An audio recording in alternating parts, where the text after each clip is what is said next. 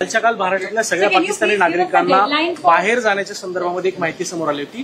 किती पाकिस्तानी नागरिक आता भारताच्या बाहेर गेले? की एक्झॅक्ट आकडा जो आहे हा लवकरच पोलीस विभाग त्या ठिकाणी घोषित करेल।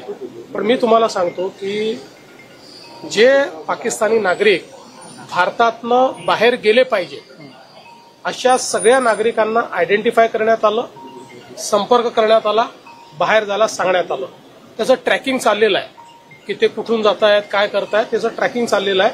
त्यामुळे त्याची आकडेवारी आपल्याला पूर्ण सांगितली जाईल। पण कोणीही म्हणजे केंद्र सरकारने सांगितलेल्या कॅटेगरीत बसणारा कोणीही नागरिक असा नाही की जो आम्हाला सापडलेला नाही। गृहराज्यमंत्र्यांच्या विधानानंतर सर पाकिस्तानी नागरिकांच्या आकडेवारीच्या संदर्भात एक मोठं कन्फ्युजन तयार झालं। शेवटी अनेक वेळा वेगवेगळ्या प्रकारच्या ब्रीफिंगच्या आधारावर मंत्री बोलत असतात। म्हणूनच काल मी ऑथेंटिक ब्रीफिंग आपल्याला केलं, गृहमंत्री म्हणून ऑथेंटिक ब्रीफिंग केलं। मी पुन्हा एकदा आपल्याला सांगतो, जे पाकिस्तानी नागरिक बाहेर जायला पाहिजेत, केंद्राच्या आदेशामध्ये जे पाकिस्तानी नागरिक बसतात की ज्यांना भारत सोडला पाहिजे असे सगळे आयडेंटिफाय झालेले आहेत। एनसीआर या हल्ल्यात ज्यांचा मृत्यू झालेला आहे, जो बयान दिया एकदम कॉन्ट्राडिक्टरी था, उसको लेकर देखिए कई बार अलग अलग प्रकार के ब्रीफिंग के आधार पर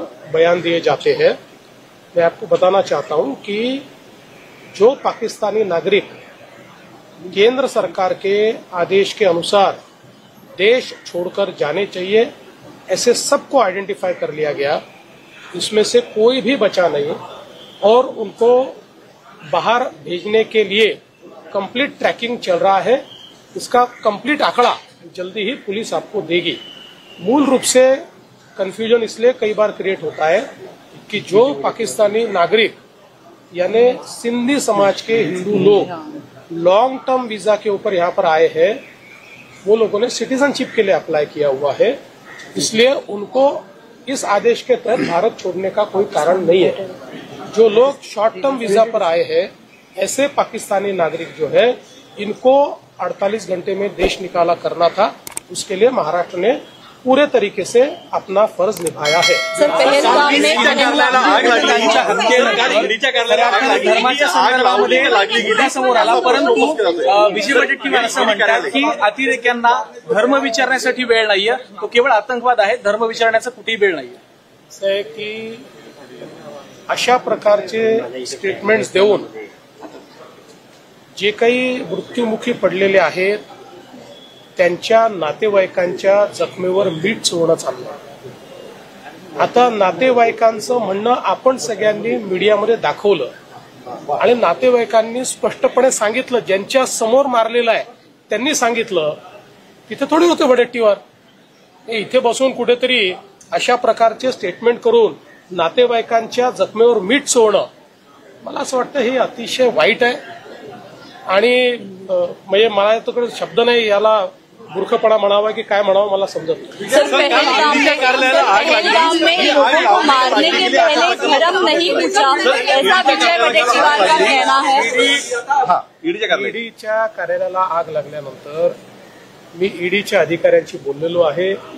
ईडीतला प्रत्येक पेपर, कागद हा त्या ठिकाणी सेफ आहे, त्याचं मिरर इमेजिंग देखील आहे, त्याचं स्टोरेज देखील आहे।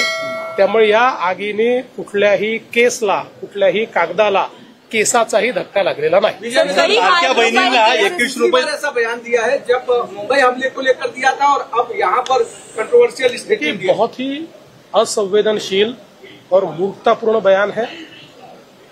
जो वहां पर मारे गए, जिनकी हत्या हुई, उनके परिवारजनों ने जो वहां पर उपस्थित थे उनके साथ, उन्होंने जो बयान दिया उस बयान को झुठलाना, इससे ज्यादा असंवेदनशीलता क्या हो सकती है। एक प्रकार से उनके जख्मों पर नमक छिड़कने का काम ये कर रहे हैं।